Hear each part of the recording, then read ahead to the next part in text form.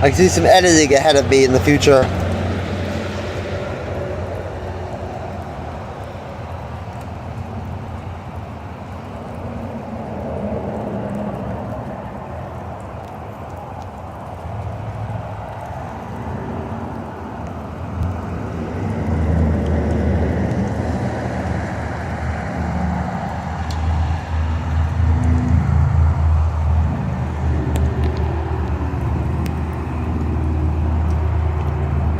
Come on.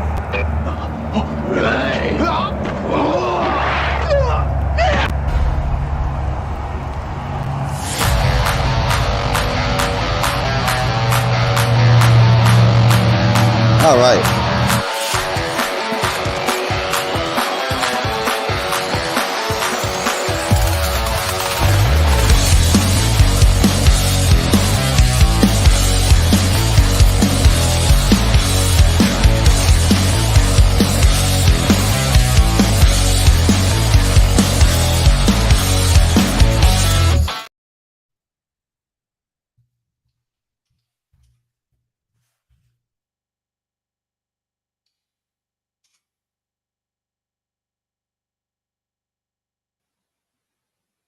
Sorry if there are some technical difficulties here. My guests here are going to have to let me know.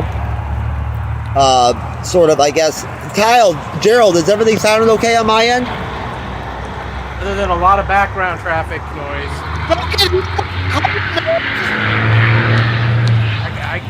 Yeah, you're getting a lot of traffic noise. Am I getting a lot of background noise?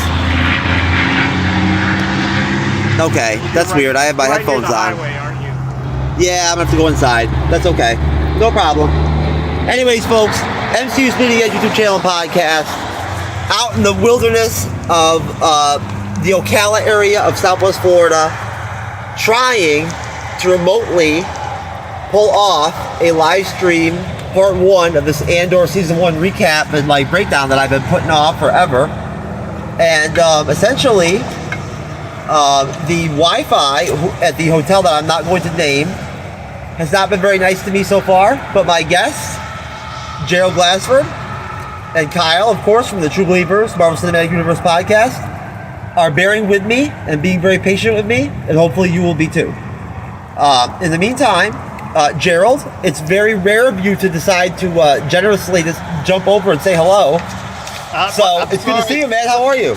I'm all right. I apologize for not coming on more often. It's just the timing always works out because I'm on the West Coast and you're on the East Coast. It never seems to jive, and I just am always grateful when you jump on my show, the Pop Culture Cosmos, and I'm always glad when I can always come to you as well. Most definitely, I would agree with you 100%. I enjoy going on the Pop Culture Cosmos. We certainly have some really good discussions on there, without question. And of course now my key fob, my cards aren't even letting me in the hotel, which is always nice. I'm telling you folks, I am having like the trip to go like see my kid at college of hell over here. But what are you gonna do? Such is the life of parenting. As my camera's all over the place. Kyle, how are you, brother? Since the last time I saw you. I am doing well. You were kind of guest on an episode of True Believers. We talked about Invasion episode 3. Doing well. Just saw Mission Impossible in the theater. Catching up on our own podcast over here at the Fandom Podcast Network. But everything is going good. Yeah, I'll tell you, I did not realize that Mission Impossible film was almost 3 hours long. Yeah, it was a long one, but I had fun with it. It never actually never really felt like it had any drag time in it, which I thoroughly enjoyed. Well, Gerald, I don't want to switch subjects away from Star Wars or from Andor or whatever and whatnot. But what's the pulse you're hearing and whatnot and everything with the Mission Impossible? I saw the Rotten Tomatoes scores and everything and whatnot already are similar to the ones that came out that they had for the second Top Gun film. Well, and then also Metacritic has it in the 80s, close to the 80s, which is a really good score for AAA blockbuster action movie. The cinema score coming out for most audiences out there is right now graded at an A, which is obviously bodes well for hopefully a long run. The movie didn't get off to the greatest of starts at the box office, a little bit underwhelming, but we're hoping for a nice long run for this movie because I think it deserves it. I think it looks really good. Tom is doing what he can to go ahead and do all the stunts he can to try and amaze audiences, and I think it's really something that people need to go ahead and check out in like an IMAX or a really nice theater.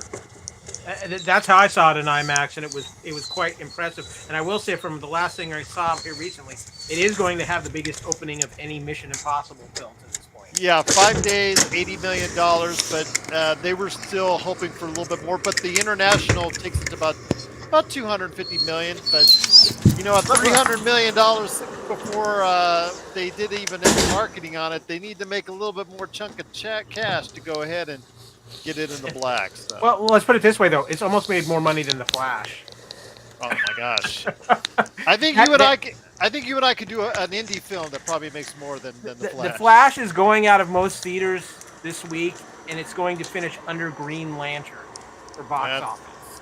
That's a shame, and that's the second loser of the year for Warner Brothers and DC. With what happened with Shazam. Well, I do have to admit, I think the new definitely an improvement over the first one I saw, but I just think anything until James Gunn takes over is just kind of on the sending him out to die. Yep. How did Shazam? I didn't even know. I don't even know. Just for shits and giggles. Oh, you gotta be kidding me. Shazam Dodger.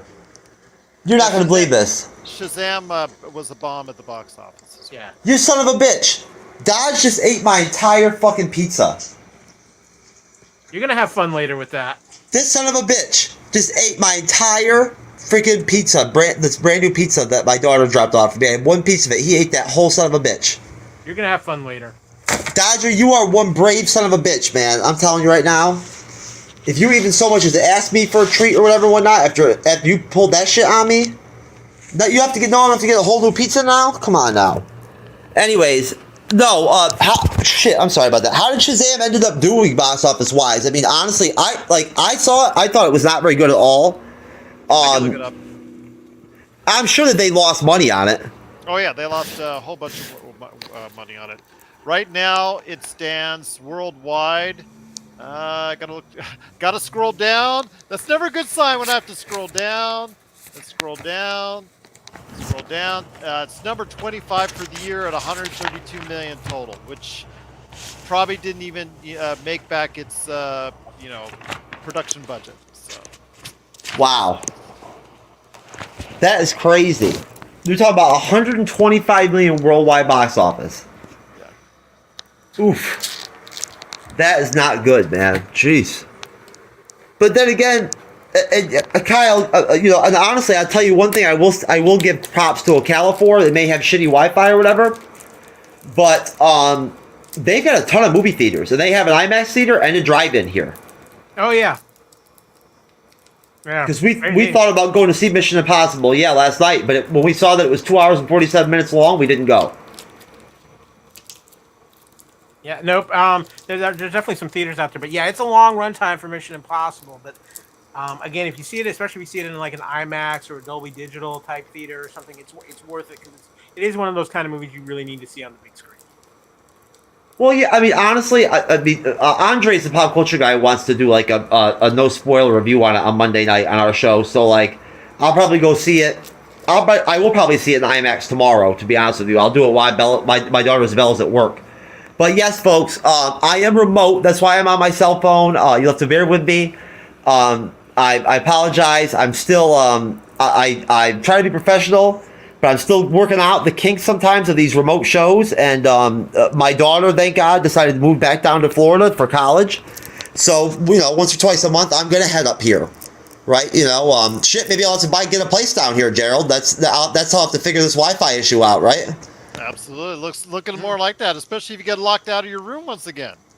No, you know what? Honestly, Kyle, maybe what I can do is maybe I can split like a space with a massage parlor, right? Oh, like what I'm saying, like of my choice, right? And I can get like a room there.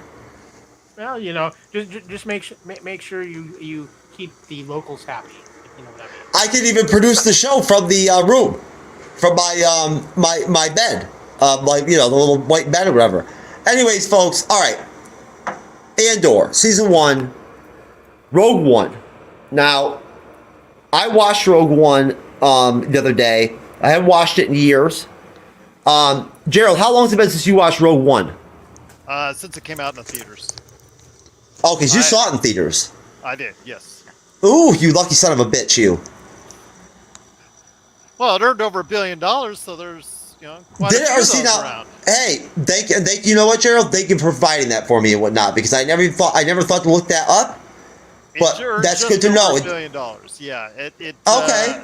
Unlike it obviously has served as one of the alternate stories in the the last decade of Star Wars Disney movies, and it proved to be one of their most successful. So yeah. Well, sure. Go ahead, Kyle. I was just gonna say I think most people consider it the best film of the Disney era of Star Wars. I would agree with that. It has its flaws, but I think overall it's the most enjoyable to watch. It's the one that doesn't make you cringe while watching it. Let's put it that way. Exactly. No, I remember I've seen Rogue One a couple of times in the theaters, because I actually went and saw it when they re-released it right before Andor came out in the theaters again. So, yeah, no, I'm a big fan of Rogue One. It's, in my opinion, it's probably in my top 3 of Star Wars films, just overall. But so 2016 it came out. The budget was $265 million, and it did over $1 billion box office wise. Okay. Hey, you know what? Now, at that point, again, not going too far off course, but Kyle or Gerald, can either one of you tell me of the early 2000s Star Wars trilogy, right? Did those films make over $1 billion in box office? Are you talking about the 1, 2, and 3, episode 1, 2, and 3? I'm not talking about the original Star Wars. I'm talking about the second trilogy. Yeah, the prequels. Yeah, the prequels. Yeah, 1, 2, and 3, I believe, all went over $1 billion, or at least close to it. Let's see. Revenge of the Sith took in $868.4 million. Okay, that's close enough. I believe. We've got to index that by inflation too, right? Because we're talking about the early 2000s, aren't we? With inflation, it's over $1 billion, but that's 864 is a pretty good chunk of change right there. Yeah. Okay, so then at that point, now this is actually interesting for me, folks, and now Gerald, Kyle knows this, but I'm not a Star Wars novice, but I did really kind of fall off after that prequel trilogy. Episode, I do want to correct it though. Episode 2 only made about $650 million. So, and then episode 3, I've got to go look at that one too as well. Go ahead. I'm sorry. Episode 3. None of them broke. The only one that broke $1 billion worldwide was episode 1 was the only $1 billion one. Okay. Yeah. So then basically at that point, then word of mouth came out and whatnot, and there was a drop off financially, box office wise, basically probably because of word of mouth as far as the quality of the films. A bit of that, and I think definitely the Phantom Menace benefited from just Star Wars welcome back hype. Yeah, no, but now again, I don't. So at that point, now I didn't know about this, and this is where I've been kind of a loose fan. I didn't realize Rogue One is what sucked me into wanting to do Andor. That's the simple tie-in for me. Is that I saw Rogue One. I did not get to see it in theaters like Kyle did and like Gerald did, unfortunately. But I did see it, and I don't know, something about it in my gut. I wanted to see it. I wanted to watch it. I watched it. I thought it was great. Right, it just really was like a whole. It was more my style, right, as opposed to the prequel films in terms of it being more adult, right? And that's the aspect of it, though, is that it's a darker Star Wars. It's a much more aimed at an adult audience Star Wars, and it was a story that a lot of fans of Star Wars were anxious to hear about, since it was the story of how they got the plans to the Death Star, and it turned out to be what I think was the one thing that, and it's the same reason Andor works, is unlike where George Lucas always felt every Star Wars should be written for 12-year-olds, this one was written more for adults. And I think Sure. that made a huge difference as far as that. And I think just strong word of mouth, and it was what Disney actually did an incredible marketing on Rogue One as well. Sure. And now, Gerald, you tell me, having seen Rogue One in the theater, Rogue One is I don't know if you would, I mean, somewhat similar, not at the same scale in terms of Andor. Has what I personally would consider probably some of the most epic shots I've ever seen in Star Wars films. Well, it's beautiful cinematography, absolutely. Just the mindset they had, and when you're watching it, I think probably Kyle enjoys it so much, and the reason why I liked it as well is because it is a different style of Star Wars movie. It did not present it in a cookie-cutter fashion as was often been the case the past 20 some odd years plus of Star Wars films, almost going back to the original trilogy itself, which made the original trilogy so great. They've tried to rinse and repeat the formula so many different times to limited success, up and down, either which way. But when it comes to what you saw with Rogue One made itself, I think, stand out because of the different approach and the different style of movie making that it represented. Yeah. Okay. I agree with everything Gerald said there, because I think Rogue One was different than any kind of Star Wars movie, and I think it also benefits the aspect of, I think people. I think it's one of the reasons why Andor succeeded in Rogue One succeeded, because people were looking for it. And it's just, I look back at it now too, when you even look at like Solo, which I think is another way of, it's not a cookie cutter Star Wars, but because Disney just wrecked the marketing on that film and really gave it no support. I think a lot of people have gone back to Solo, revisited it, and found it a much more enjoyable film. Where when you have the sequel trilogy, that was just a total disaster of nobody communicating with each other. And as somebody was dying in the background where Jeff's at. Yeah, exactly. Now, when did the last trilogy that we got from Star Wars, the last film trilogy that we got, right? When did that occur exactly? When did we get the first one of those films? What, 2015 are you talking about The Force Awakens? Yes. Okay. Do we have to go ahead and talk about this last trilogy? No, we don't. Can we ignore that, please? Yes, I think that's very fair. Let me put it this way: there is a reason Bob Iger we talked about doing less Marvel Star Wars films. Which is ironic since Andor just got nominated for several Emmys. It is considered.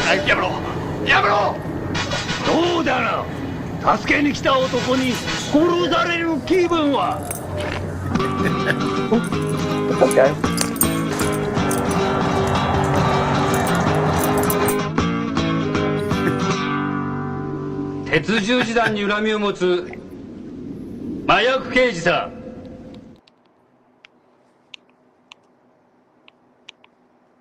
You're muted, Jeff. Yeah, you're muted. There you go. Okay, there we go. I'm sorry, Jared. What were you saying? I just said it was just nominated for several Emmys, so it's ironic him saying that on the same week that he's had one of his better successes with this Star Wars show on a critical basis because of all the awards that it's just been nominated. Oh, Andor. Yeah. Yep. Yes. Disney's such a disaster area right now. I think they're just looking to, unfortunately, save money and cut budgets. I think there's a lot of stuff that's going to happen this year and going into next. It's not going to be the same Disney that we've seen. Although there was no nominations for, some of the great characters that were in there, Gabriel Luna, Stellan Skarsgård, and there should have been some. At least gotten one. Circus did an outstanding job in the show, and just was so mad when he didn't get it. Ben, how you doing, brother? I'm doing well. How are you guys? Hey, man. You know what? I totally forgot about you, man. I was so focused on my shitty Wi-Fi and my whole, like, you know, clusterfuck of a shit show special type of, like, usual remote, you know, attempt to try to do my show, the show, right? That, like, I totally forgot about you, but I'm glad you're back, brother. Hey, meet Gerald Glassford. You met Kyle before. I have. How's it going, Ben? Good. How are Pleasure you? to meet you. Pleasure to Gerald meet you, Glassford, Joe. of course, reps the pop culture cosmos, right? And is a good friend of mine. And Kyle and Gerald, I believe, are right up, you know, at your level in terms of like Star Wars lore and knowledge and whatnot. Ben's a hardcore Star Wars fan. Been one all my Now, life. Ben, we were just talking about Rogue One, and the boys had asked me to not talk about the last Star Wars trilogy, which I'm not going to. I only wanted the reference point because I wanted to know how far out the first film was from Rogue One. So if Rogue One came out in 2014, Correct. then we got The Force Awakens in 2015, right? Correct. It just kind of makes me wonder just a little bit, and just a small question to you, Ben. Now I understand the backstory to some extent with Rogue One is one where I believe it was a writer or someone involved, you know, with Disney and with the production of Star Wars content that initially pitched the idea, you know, about doing like a TV series or an animated series or something like that with Rogue One. Yeah. Right, and then eventually it made its way to Kathleen Kennedy, and she greenlit it as a film.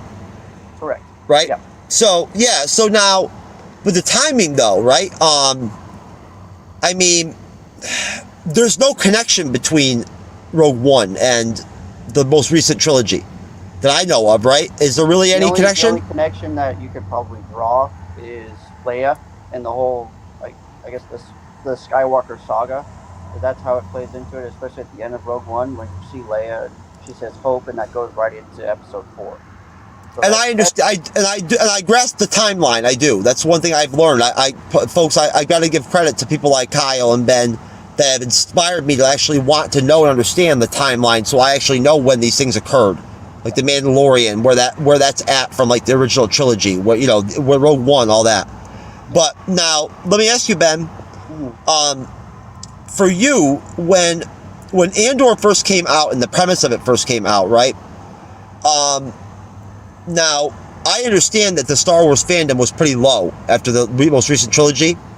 Yeah. The Mandalorian certainly, I guess, reinstilled some confidence, I would have to assume, right? It definitely did, especially with Dave Filoni and Jon Favreau, especially Dave Filoni, because Dave Filoni is a Star Wars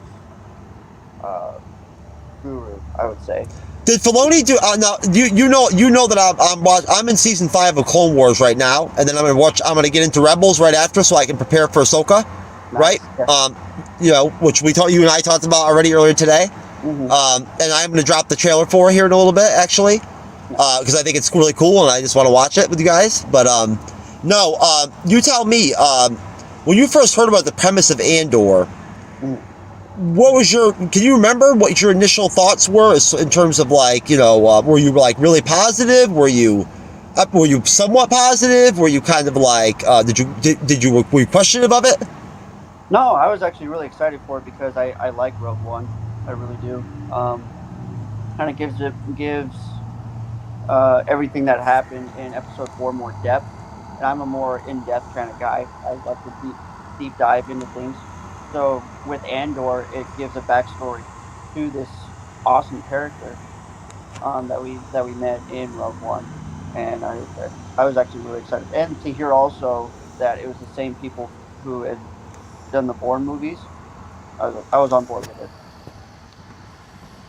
Okay, now is that kind of going to be the universal theme here? You think, Gerald? Like, because I mean, for me, like I already said myself, Andor, what drew me to Andor, wanting to cover Andor, was Rogue One. Was the only evidence I needed for it. So was that it? Your premise too with Andor going? Were you positive going into it, thinking if this is off of Rogue One, this is probably going to be good? That was actually going to give it a lot more hope for me. Sorry, pardon the pun of the hope word there, but I wanted to go ahead and say that, yeah, it just means to me, it meant to me that I think it was really more of an attraction, and I thought I'd give it a better chance. Although, again, when it comes to Star Wars series, since they've, opened it with Disney Plus, It's been a mixed bag from the very good to very mediocre series so far. Nothing has been a real stinker.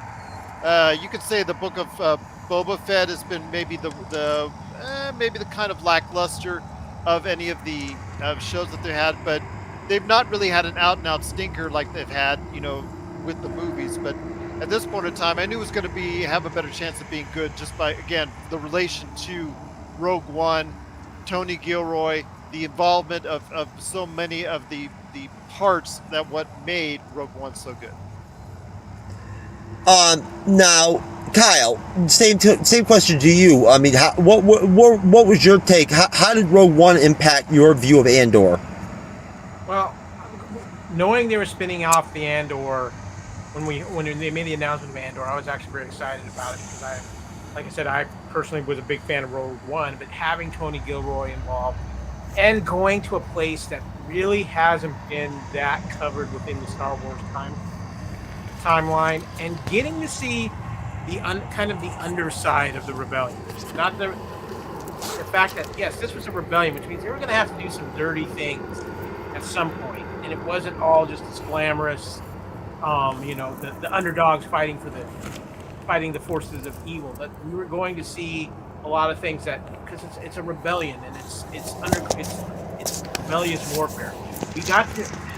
I knew we were going to see that, and I trusted in Tony Gilroy to also give us that much more gritty side of Star Wars, that dirty side of Star Wars, which I don't think we've really gotten in a while. I mean, we got some of that aesthetic of it back with The Mandalorian, but not really so much that dirty side of it. And I think that was what I was looking for, was just a Star Wars from a different perspective that we haven't had in a very long time. I think, I mean, I've never heard anybody mention it, like use the word dirty, but I get where you're coming from with that. I look at it more like, to me, I from jump saw Andor as almost like a Blade Runner-esque vibe.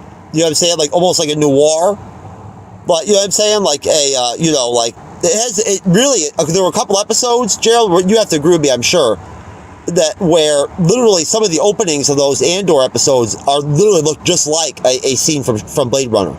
Oh yeah, when it goes to Coruscant, and because it has that style, and there were a couple, like you said, absolutely, that have that feel of Blade Runner in it, and I'm a huge Blade Runner fan, so I get where you're coming from on that.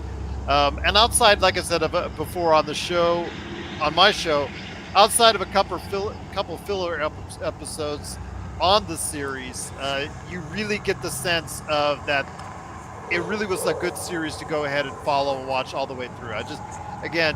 Just really has been, for me, the best experience watching Star Wars, maybe outside of Mandalorian Season 2. Both are really good, and as far as some of the best Star Wars I've seen, I don't know, going back to the original trilogy. Well, and just to address that quickly, I think that, like, honestly, for me, it's huge for me. Like, it really is. To be at this point in my life at 40 and feel the desire to be invested into the Star Wars fandom and feel like, I mean, I don't even feel like I belong in there yet. Like, I haven't done enough research. I haven't done enough reading. I haven't put the time in yet, right? I just don't. I personally, I mean, maybe I'm holding myself to, like, some kind of high standards to join this fandom, but I take the Star Wars fandom very seriously. I do. And for me, I think that, as I've told you before, Gerald, I've told you, Kyle, I've told you, Ben, really for me, I think that covering Andor episodically, covering the House of the Dragon, covering The Last of Us, it really, like, honestly, it's sort of, in what could have been a somewhat dismal year last year with some of the Marvel stuff that came out, it really uplifted me in a way, right? At times when maybe I had some hard times, like, it was nice to be able to know that I had an Andor episode to review, right? Doing the House of the Dragon totally changed my entire mindset in terms of moderating shows, of what was capable and what I had to learn how to do to make it work. So I just want to say that, like, I'm very thankful to everybody that's come on and whatnot and taught Star Wars with me, like Ben, like you, Gerald, like Kyle, like Kevin, like Gunnar, that, to where like Jay, that's going to be on next week, like Matthew from Australia, to where like I ordered the books, the Thrawn books, like, and they're on the way. You know what I'm saying? And like I'm getting prepped for Ahsoka. We're going to cover every single Star Wars series that comes out that we can cover. We're going to cover it, even occulty probably. Even though that's not going to be connected to shit, right? Whatever. At that point, for me, you tell me, Ben. Sort of, I guess, jumping from Rogue One over to Andor again. What was it for you with Rogue One that really, what did it do for you? I mean, like as a Star Wars fan, being a part of the fandom for a long time, right? Being a staunch one. What did Rogue One mean to you, sort of? I mean, where you were at in your fandom levels or whatever? When Rogue One came out, I'd been a fan all my life. I was just getting into more of the lore around that time. And Rogue One really opened that door for me. I think that was when it really like, oh wow, there's more to this universe than just this 6 movies. Because I hadn't seen Clone Wars yet. I hadn't seen Rebels. I hadn't watched any of that other stuff. I hadn't read any of the books or the comic books. So that's what Rogue One really did for me. Like, oh wow, there's a lot more to this universe that can be explored. And obviously, like me being, like, Darth Vader is my favorite villain of all time. Having him come back was just awesome for me. To see him on the big screen for the first time, basically since Revenge of the Sith, was awesome. It was just, and then to see him full froth too, like especially at the end in that hallway scene, like full froth, angry Darth Vader ripping people to shreds. I mean, it just opened everything up for me as lore wise. Did it at all? I never even thought about this, but did it set some kind of bar where like when they did drop that first film in the trilogy, like it kind of like hurt it a little bit? Oh, a little bit, but at the same time, I'm easily entertained, and I don't really analyze things until later. So I was actually pretty excited about Force Awakens, watching a Star Wars movie again in theaters. I was super excited about it. I watched it. I was entertained. I was happy. And then I sat and really analyzed it. I was like, that was episode 4, but with a planet. Interesting. And then it just went. Okay. I think the big thing with Rogue One and what it showed what a lot of people was something that I think, especially the older generations of Star Wars fans who've grown up with the original trilogy going forward, it showed a Star Wars could grow up and be adults. And where it can write something that doesn't have to be necessarily for everybody, but appeal to an older generation of Star Wars fans and not follow that Star Wars cookie cutter format that has been kind of going on since the prequel trilogy. And it sounds like bashing the Star Wars because it has a formula and it works, but the problem was when Disney got a hold of that formula, they tried to reinvent the wheel, so to speak, and it didn't work out quite well because they had no plan. It was let's see what can we throw it against the wall and see what sticks. And the reason why Rogue One works so well is because the creative talent that was there with Rogue One had a plan and stuck to it. And because it was a story that was self-contained, even though it does tie in with the Star Wars saga, but it was not. There was no more sequels coming. It was just, we're putting this there. It's a one-piece thing, and I think that it protected Rogue One in some way from some of the other massive problems that were going on with Disney and Lucasfilm at that time. And I think the other aspect is that carries over to Andor, where you had Tony Gilroy, who had enough clout and enough say to say, I'm doing it my way. If you're going to hire me, you need to be prepared for that. And they hired him, and they let him, like they've let Dave Filoni and Jon Favreau at least do at the start of The Mandalorian, do it their way. And it's one of those things that I think that's why Andor succeeds, because you don't have other fingers from the outside influencing Andor. And I think it was the same way with Rogue One. You didn't have all these things. I know they brought in Tony Gilroy to do some work after Gareth Edwards and make some things, but it wasn't drastic like it was with just the constant changeover with the sequel trilogy or with Solo. And I think that's why Rogue One worked, and because Rogue One also did something that I think is something the fans to this day, most fans will agree, is one of the greatest Darth Vader moments in Star Wars history. Mm-hmm. And that helps it immensely. Ben, did you want to chime in on that in any way? I mean, I agree completely. Rogue One really, it kind of goes back to what I said. It dives in deeper into the franchise, shows a darker side, that little darker side, and then the Andor shows that full darker side of Star Wars that the movies just didn't show. Like, you think the movies, you think happy-go-lucky, everything is very crystal clear.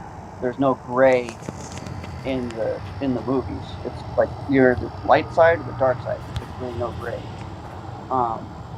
And then you get Rogue One, where it's like, okay, so Andor's going to have to kill this guy on orders from the rebellion. We're going to have to do some really nasty shit to get what they want. It happens in rebellions and happens in war. And then Andor just dives even deeper into that. So, and then yes, the Darth Vader scene, all-time favorite Darth Vader scene. I could easily just skip to that part, watch that part, and I Kyle, the same question to you. What were your first thoughts? When you first heard about Andor? I mean, did it? I was excited. I mean, I was excited for the possibilities of what Andor could produce. Again, bringing Tony Gilroy in was a huge boon to that show, and again, Andor works because it's different, and that's the thing. I have been preaching this since the end of the sequel trilogy. We need to be done with focusing on the Jedi, on Skywalker, anything like that. We need to focus on. There's such a big sandbox out there for Star Wars to play with. Now, the Ahsoka thing, that's Filoni's baby. And he's getting to tell the story he's always wanted to tell. And even though Rogue One takes place during the Skywalker saga, it stands on its own 2 feet. And that's the thing. It's not relying on Jedi myth. It's not relying on a lot of things that were already established. It gave us strong characters. It gave us well-written characters. And it gave us a story that we could identify with, that we could understand the aspects of it. And yet it still tied itself into the greater Star Wars picture. But I think what has happened is a couple of things. I think Disney, when they first started with the sequel trilogy, was so concerned about creating their own mark on Star Wars that they lost sight of what Star Wars was about. And then 2, I think what they failed to realize was that they didn't realize their entire market that they were marketing. I think they were still trying to go for a lot of kids. And that's great. You still have Star Wars for kids, but you're trying to market to a whole generation that's grown up, and their story tastes have changed, and what they're looking for in a story has changed. And unfortunately, with the sequel trilogy, they didn't do that. But that's what they did accomplish with Rogue One, was they gave something for the older generation of Star Wars instead of focusing on trying to create something new and something different for Disney to say, I'll stand on our own, this is our Star Wars. With Rogue One, it just was they let it naturally transition and naturally tell the story instead of trying to force feed stuff, and it worked. And I think that's still one of the biggest problems with Lucasfilm and Disney, is that at some point they can't help themselves but try to force feed marketing and everything else onto the Star Wars product instead of just letting it tell its story. And I think you can even see that even happening with like Mandalorian season 3, where it felt like, well, no, they basically said they were forced to rewrite a lot of the script for Mandalorian season 3 to include Grogu, and that's why we didn't get the natural transition of Grogu in being reunited in Mandalorian. It was forced on Book of Boba Fett, which affected Book of Boba Fett. And so, again, it comes down to how this works. We've lost Jeff, so Yeah. but I think that leads into, guys, the importance of Andor, because I think Andor might go down as one of the most important Star Wars series to ever come out, because it gave us something different with Andor. Oh yeah, I completely agree. There you are. And Jeff is back. Hey, there I am. Now, if you could hear me, Gerald Glassford,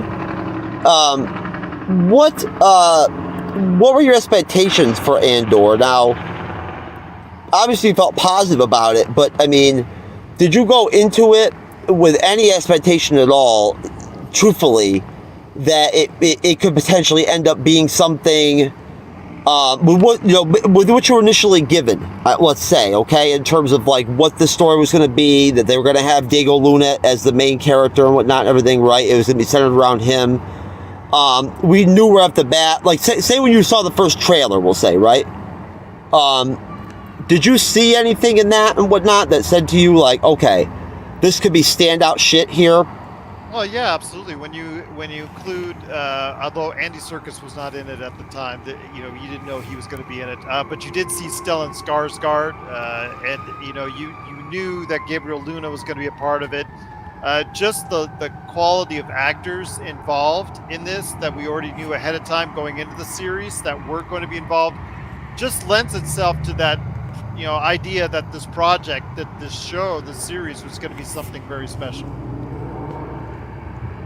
Okay, now, so at that point then, really when it boils down to it, it was more of a sense of, well, I know who's responsible for creating this or making this, or who the writers are. Yeah, absolutely. It's just when that trailer came out, and then you also saw exactly who was going to be starring in it, as far as some of the big names that are in it, and that Forrest Whitaker was going to make his return, that you got a chance to see Stellan Skarsgård, his first entry in the Star Wars universe. There's some heavyweight names. Gabriel Luna coming back to reprise his role, who did such a good job in Rogue One.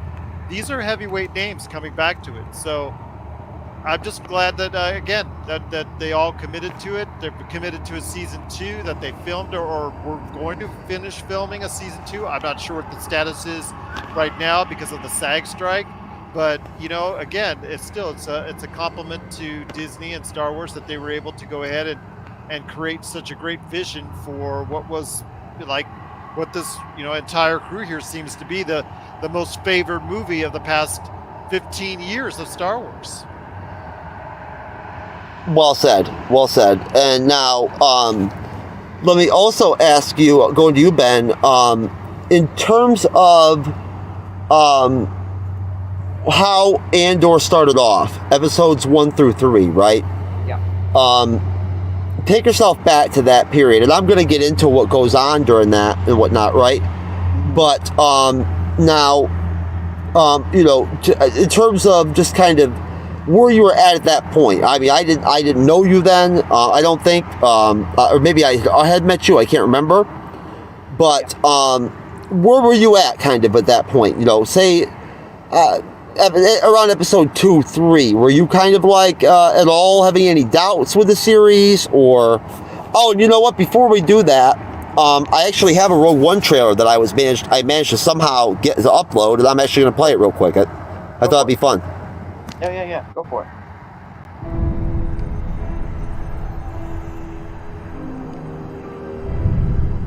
The world is coming undone. Imperial flags reign across the galaxy. Did it play? Negative. Can you be trusted without your Oh, shackles? you gotta be kidding me. Let's just get this over with. Oh, there we go. We have a mission for you. I'm living in the low Wi-Fi, no Wi-Fi dimension, or whatever, I guess, where you activate things and nothing even happens. Oh, You're really doing this. Hold on, I think I got it now.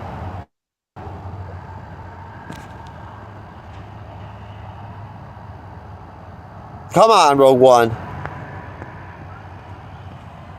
Give it to us, baby.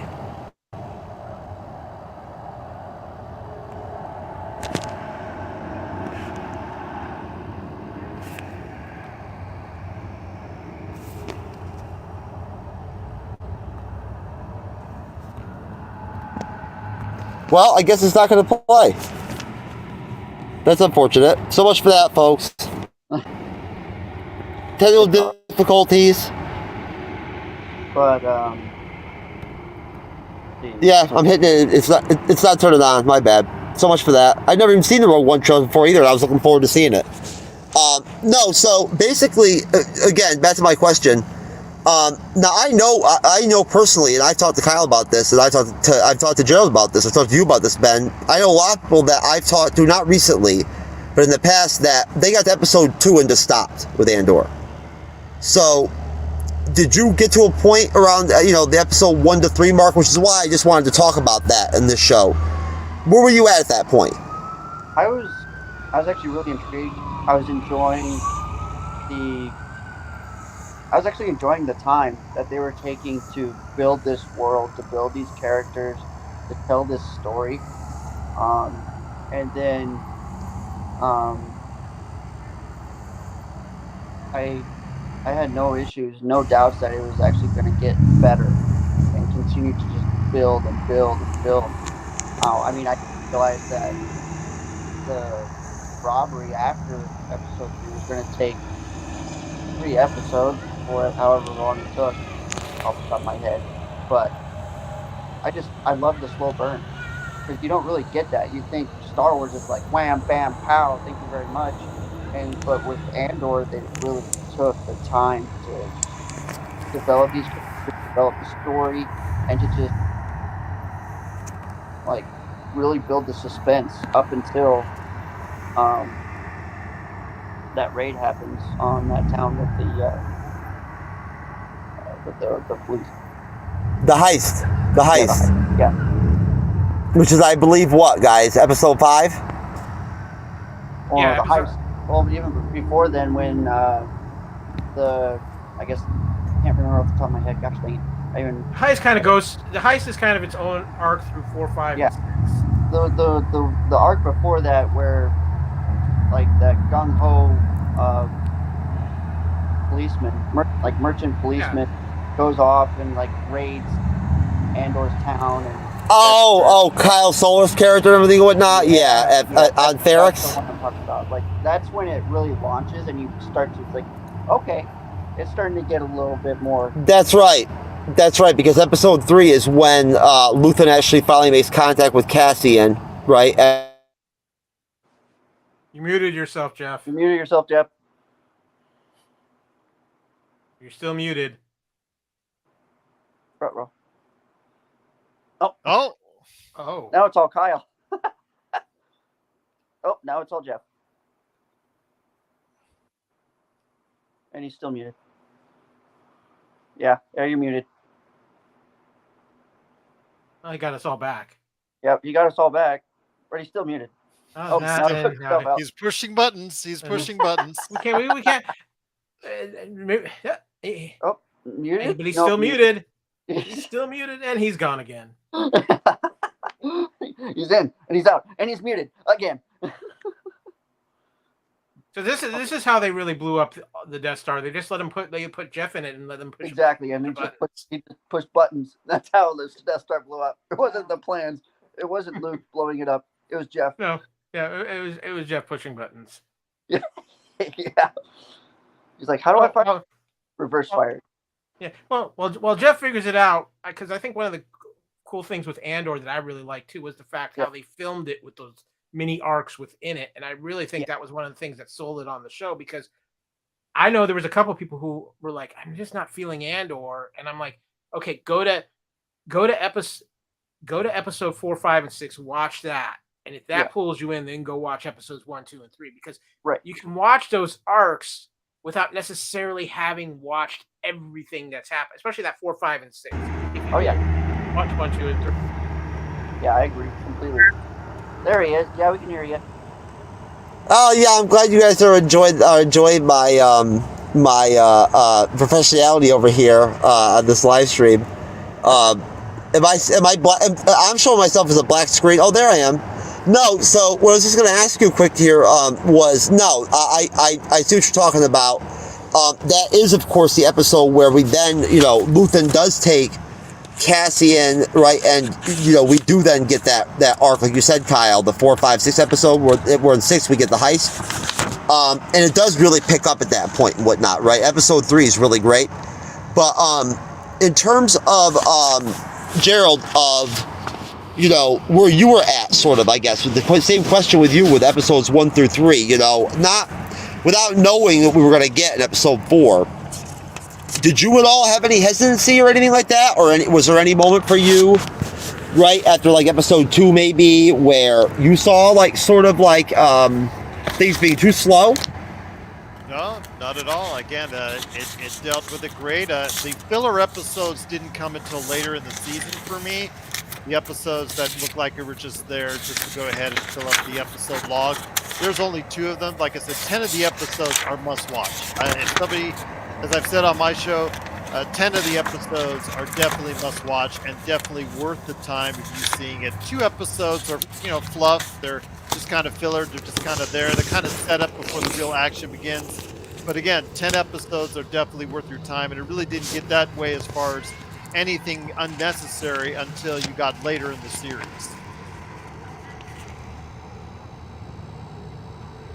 I got some interesting camera angles going on here. Yes, you do. Hey, I did do an outline here. I just want to be clear here, folks. Just to try to save whatever professional face I can. Now, I guess that makes sense. Yeah, professional was out the door. Professional was out the door on this show within the first 30 seconds. Come on. I refuse to call this one a shit show special though, because I'm not going to. Because look, as a content creator, as a part of your evolution, right? You have to learn. You have to learn from your mistakes and figure out things like these remote recordings and whatnot. Obviously, I've got to buy some better equipment or some shit, and I will. So there you go. I'm going to be having a conversation with Verizon. You can better believe it tomorrow. I can tell you that right now. Honestly, what the hell is going to be having 5G if it's this shit? But either way, Ocala has 5G, but they don't. I'm just kidding. My phone says I have 5G, but we don't have 5G. We don't have the infrastructure down here in Southwest Florida for it yet. They've told me that at the Verizon store. But no. And Kyle, would you say that you were kind of in the same place? Now, I personally had no problem with it myself either.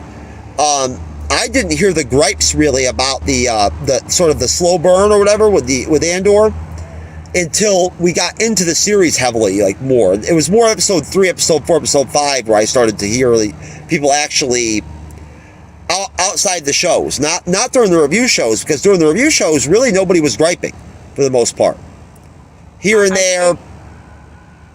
I think what happened in this case, and I think it was one of the few times Disney got it right was putting out the first 2 episodes at the same time on the same day and doing the 2-episode release. Because if they would have done just single episode releases, a lot of people I think would have checked out after the first episode. Because I think people are like, oh, this is slow.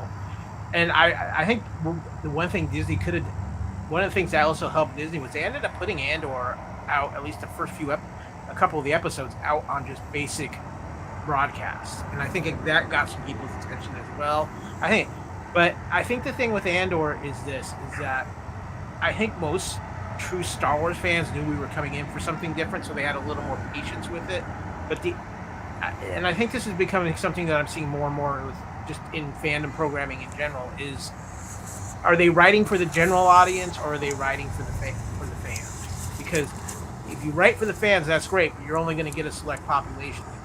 If you're writing for the fans and the general audience, then because you've got to bring in those dollars and on a financial side. But I think Andor was one of those shows where it didn't really start hitting it for both the general audience and the fans until episode 3. And I think that's crucial because I think that that first arc and how they wrote Andor in these arcs helped sell it initially for people who may have jumped into it later after word of mouth got on it, because they could get sold on episodes 4, 5, and 6 without being lost. But I think for a lot of the Star Wars fans, they knew already going in, this is going to be something different. And the ones who were really patient and understood what was going on knew that, okay, I got to ride this out because I know this is 12 episodes, and we knew going in there was going to be a second season of Andor, so we knew that this was going to be a longer game with this, and Andor really was just a risk by Disney, and something different than anything they've been trying since they put out Disney Plus. And I think a lot of people will say Andor is Disney Plus's biggest success to date. Okay, now when you say success, you mean in terms of the overall quality of the series? I think in the overall quality of the series and the response to it, and just across the board, I think Andor is critically, fan wise, and just everything. I think it's the biggest success Disney Plus has had as far as Disney Plus original programming. Now, okay, I'll go to you, Gerald, and then you, Ben. Would you agree with Kyle? Now, I agree with him. I do. I personally think Secret Invasion, as of right now, would fall in number 2 in terms, for me, as far as what I found to be the most high-quality, entertaining Disney Plus shows across the spectrum. Series I've watched, right? I think Andor is the best one. Yeah, I would. Oh, go ahead, John. I was gonna say Secret Invasions for me is not. It's doing okay, but I found other Disney Plus series to be better. To be quite honest with you, but Andor is probably the best. Either that, you could put Hawkeye for me, and then also as well Mandalorian season 2. You could probably put those 3 in top 3 for me. Secret Invasion has been a little bit mixed. This latest episode, I know you, Kyle, you mentioned the action-packed ending of episode 4. It was just for me kind of a filler episode up until that point. But again, it's all right. And it's kind of a little bit of a disappointment for me because Winter Soldier is my all-time favorite Marvel movie. And it's, it tries hard to get those 5s, but it's just not quite there. Despite Samuel Jackson killing it. The director flat out said that was one of his 3 or 4 influences that he listed as his main influences and whatnot with the show was Winter Soldier. Yeah, but yeah, go ahead. Go ahead. Ben. I know Ben wanted to finish up on that. So go ahead, Ben. All right, yeah. So, for me, I haven't watched it. I've been tied up in so many other shows I haven't got a chance yet. But I would say Andor is one of my favorite Star Wars shows. It goes probably for number 1, Mandalorian at number 2, and then Obi-Wan Kenobi at number 3. Those are my top 3 Disney Plus shows. And yeah,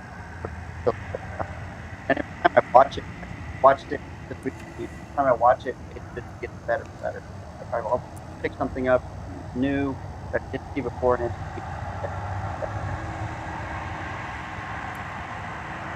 okay. But that might be on my end. Your audio cut out a little bit there at the end. You were breaking up a little bit there, Ben. Am I still breaking? Can you hear me now? Yeah, you're still breaking up. So oh God. Maybe. Hold on. You're okay. You're okay. I'm sure you're fine. It usually works itself out. It can't be as bad as my stuff. No, Gerald. You know what? To be fair, now that I think about it, I probably would put WandaVision, but beneath Andor, probably myself personally. I've got to get rid of that UHF background, man. Having like some naked dude's back or whatever, whatnot, in the background is not helping things out at all. Well, Andor again is the most critically lauded. I think either that or WandaVision. Yes. I think of any of the as far as getting Emmy nominations. I think Andor has topped it. Okay. Yeah. I wasn't sure how many because most of it's on the technical aspect as opposed to acting. Yes. I was kind of disappointed, but you got still overall. But Andor got a couple of big ones that WandaVision didn't get. Yeah, best drama, absolutely. Best drama is the one that. Yeah. So absolutely. Yeah. All right. Sorry about that, guys. No problem. But, go ahead, Ben. But yeah, so Andor, my favorite Disney Plus show, and then second will be The Mandalorian, and then my third favorite would be Obi-Wan Kenobi. All Star Wars, I know. But I do, and I also do enjoy the Marvel ones. I haven't watched Secret Invasion yet because I've just been tied up in so many other TV shows. My wife and I are watching a whole bunch on the side as well, so I just haven't had time to watch it yet. But looking forward to it. But Andor just keeps getting better and better every time I rewatch it. I rewatched it just last week actually, and just picking up on the tiny details that you don't pick up in an initial watch or even a second watch. This is like my third time rewatching it. Just keep finding new things that you didn't see before, and with time, it's just gotten better and better, and it's going to keep getting better and better with time. I've enjoyed it too. I watched the first 3 episodes today with my daughter. I managed to force her to watch them. Nice. So, right, like it had to happen. I was not going to let her not watch it, but and I'm hoping that you hope that maybe. I'm hoping something like Andor will break out to her to she'll widen up a little bit and whatnot. Yeah. But I'll tell you that now, in terms of overall, you tell me, Gerald. I don't know. I mean, you may feel a little bit differently about it than I do. I don't know,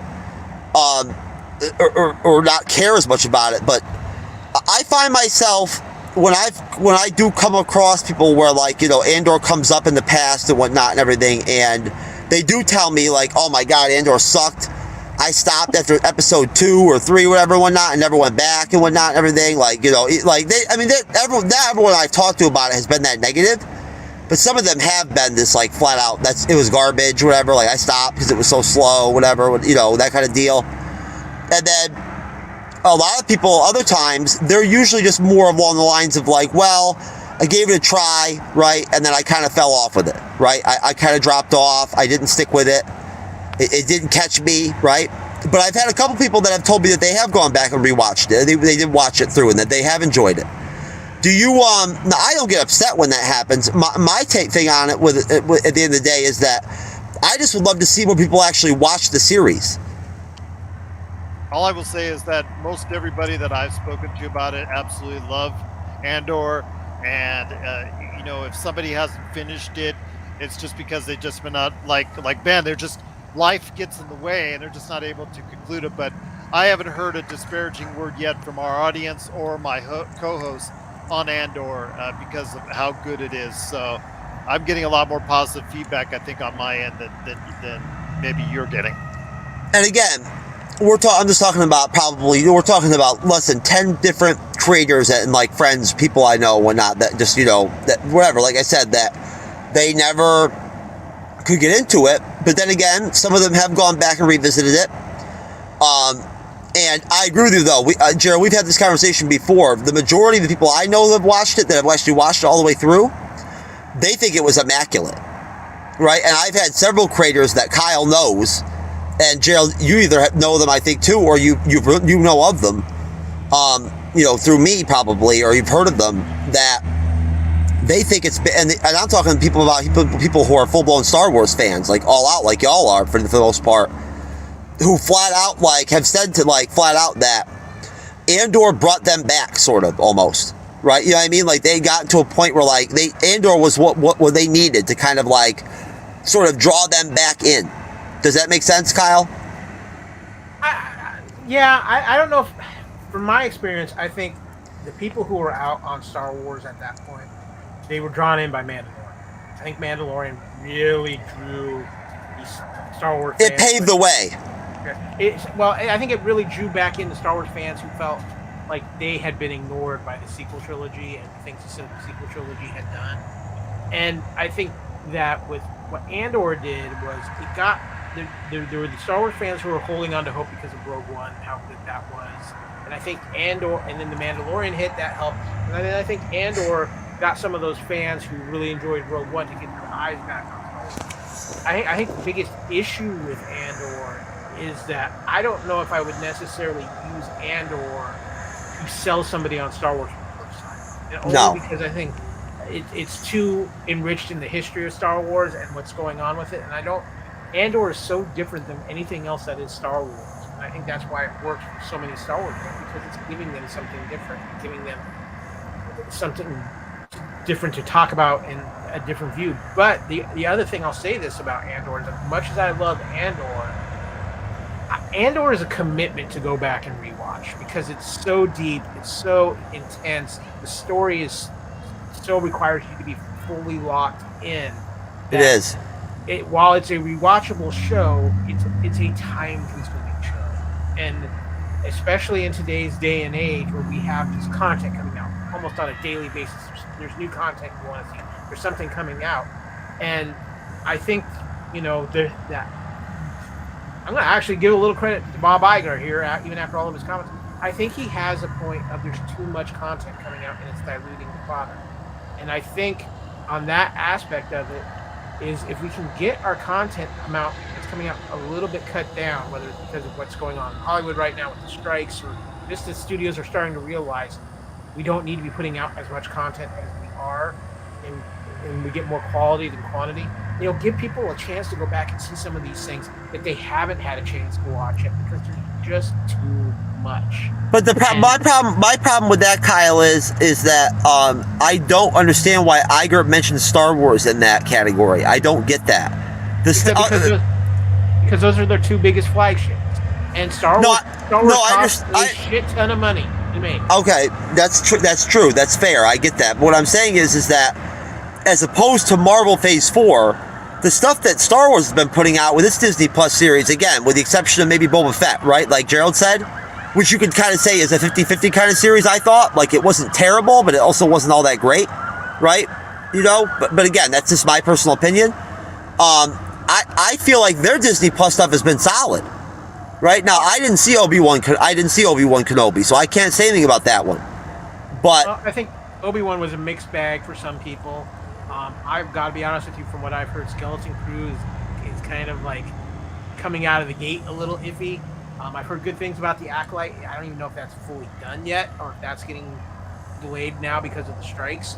But I think what the Star Wars problem is on that side is they invest money to start a Star Wars project and then it just goes to the wayside. And they invest, the old, you get a Star Wars project, you get a Star Wars project, you get a Star Wars project, and then nothing comes of it. And I think what in the Star Wars aspect of it is they want to just really nail down a couple of projects instead of trying to name out all these projects and really focus on making sure those projects get out. And I think with Star Wars, it's not so much been about the quality; it's about, hey, we announced this stuff and then half of it never comes out.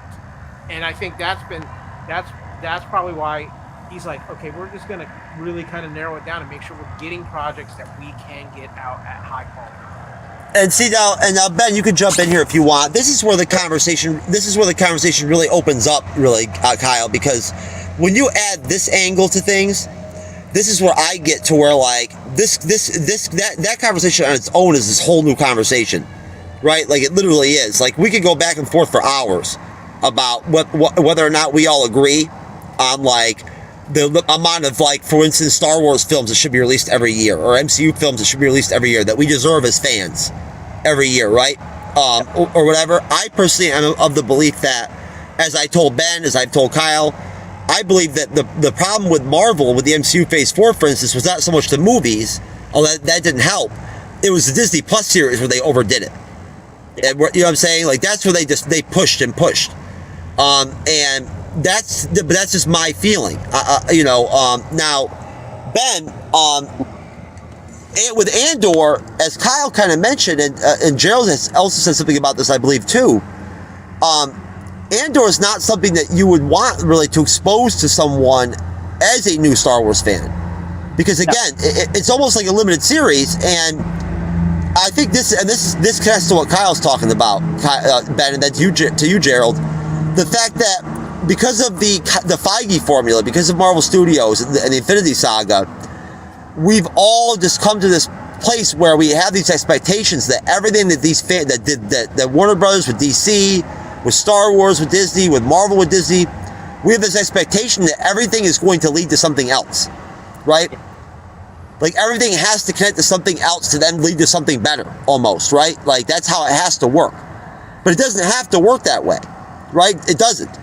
I mean, before the Infinity Saga, if you made 2 standalone TV series, right, that were really solid, and whatnot, that would be good enough, right, to attract a fan, I would think, an audience to a brand, that you then would put content out under or whatnot. So what do you think? I mean, when it comes to Andor, do you feel like it's unfortunate in a way that Andor is as exceptional as it was and will end up being, I believe, with season 2? Yeah, at the same time, it does not really add anything. It fills in some gaps, and it is a part of the timeline. It's got Mon Mothma in it from the original trilogy, but again, it doesn't push the envelope. No, I think it's one of those.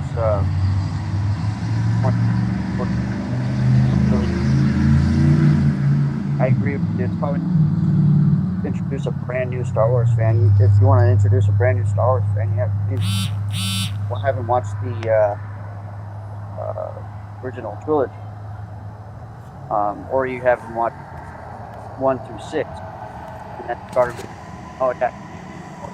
shows stuff like that. Yeah, Andor doesn't really add anything. It gives the rebellion more depth. But I actually gotta head out here. Same here, Jeff. I see you guys. I'm sorry about the private chat. I couldn't see it on my screen. No, you're No good. worries. You're good. I figured I mentioned it, but yeah, I gotta head out, put the kids to bed. But No problem. Andor's great. And I can't wait to do. No problem. And thank you very much for coming on. And Gerald, thank you for coming on. I'm sorry. It's probably not actually a good thing you guys are going to dip. I don't think Kyle and I are going to stay on here for too long, because with me and with my bad Wi-Fi myself, I think I'm probably going to call it a night here soon. Yeah. Great conversation, everyone. Truly appreciate it. Great meeting, everyone. Jeff, don't get run over by a car, man. I won't. I promise. I won't. I'm hoping his finger isn't on the doomsday button. Exactly. No. Listen, I am safely tucked over here in this cul-de-sac hotel area of Ocala. I think I'm very safe. All right. So I should be okay. All right, Gerald, it's good seeing you, Ben. Hope to talk to you soon. All the best. All right, take care. Bye. Kyle, my friend, thank you for sticking with me, brother. I appreciate you. And honestly, Final thoughts on Andor here. no, yeah, why not, right? You know what though? Let me get rid of I got to get rid of this UHF shot with the freaking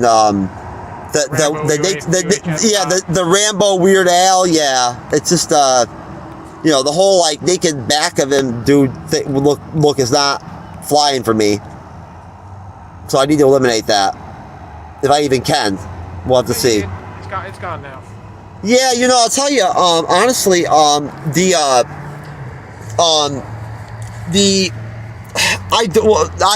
telling you right now, Kyle, and I don't mind putting this out in the show. I don't. I'm not happy at all with Verizon right now, and I'm gonna be having a talk with them, because I get what you're saying. I kind of understand, I believe, what you're saying about Ocala being kind of a sort of maybe a known, not so hot area for Wi-Fi. Or cell signal. Yeah, see, I don't really know why. I don't get it. Like, I don't know. Lack of towers. Okay. So then, I mean, you live longer down here than I have, Kyle. So this is like a well-known thing that this sort of like almost like central part of Florida is known for like having shitty Wi-Fi almost. Yeah, well, like I said, you're trying to use a hotel Wi-Fi, or you're trying to hotspot your phone when you're probably not getting that great a cell signal in the first place. So I'm actually surprised you haven't had more problems with your cell signal than you have. Well, I mean, the main thing that I'm not happy with Verizon at this point, whatnot, and all that is, again, we've talked about you and I before, Kyle. It's just simply the fact that, like, they sell me this plan, just like my Xfinity Comcast, where they sell me what they call like their exclusive, unlimited, like most expensive package they have, right? And it's all based on the fact that when you tell them that you're a content creator, they say, oh, well, we've got the perfect package for you, right? You know what I'm saying? We have everything you need, right? They have everything you need as long as you're in the right area to access. There you go. And see, that's the problem, is that, like, it really bothers me that, like, I paid for this very expensive Verizon plan, and realistically, even like over in my area, like over in Sarasota County, you know as well as I do, we talked about this before, my 5G hotspot, well, for one thing, it's not even a 5G hotspot, because again, we both know there is no 5G in our area. At least, I don't have it. Yeah, I think I have it a little bit more where I'm at, but you're a little bit more south of me, so there's still, and I know that there are still repairing towers after hurricane. They are, which that is true, and that's part of the Comcast Xfinity whole like bullshit excuses and whatnot and everything and whatnot, is that they're still dealing with crap from the hurricane too. But in general, my phone will show 5G occasionally, like it is right now. But again, I don't know that I really have it, because again, I've been to the store and the people at the store flat out say that the infrastructure for it's not here yet. No, it's not. You might be picking up something that's showing that there's 5G there, but that doesn't mean you're getting 5G. So, you are just Andor dealing with. Well, I think what I'm going to end up doing here, folks, and of course I'll talk to Kyle about this too, because Kyle's kind of like my sort of like troubleshooting guru when it comes to this kind of stuff, is I'm going to have to come up with a game plan so that when I come up here, there has to be something I can buy, Kyle. There has to be. Like, you might have to get like a hotspot device or something like that, or you need to check with the hotel and just tell them you're having some problems with their Wi-Fi. Maybe there's something that you're missing with their Wi-Fi too. You know what? That's true. That we talked about that. Remember when the hurricane came, about how you can just go ahead and buy the hotspots themselves. Yeah. Right. It doesn't have to come out of a cell phone and whatnot and everything. Yeah. I mean, you're still relying on cell signal, but without everything else running on your phone that could be causing drainage on your signal as well. But yeah, I mean, I would try that, or check with the hotel too, and just give me some. You're having some problem with the Wi-Fi to get more signal. Maybe there's something more that they haven't done, or there's a security thing to a website they have that you have to go through to really get full access. No, and you know what? And I'm going to call it there, folks. And I'm going to call it there, Kyle. I appreciate you coming on, brother. I do. No problem. Always fun to talk a little Andor. No, I'm not going to apologize, because you know how this is, right? It's a new experience for me. I'm learning, right? You know that I'll do what I got to do to where next time I come up here and do a show, if I can't, with confidence, troubleshoot before the show and know that I'm good and I test my live and everything's fine, I'm not doing a show. Yeah. No. Hey, you a first time test, lesson learned, and go from there.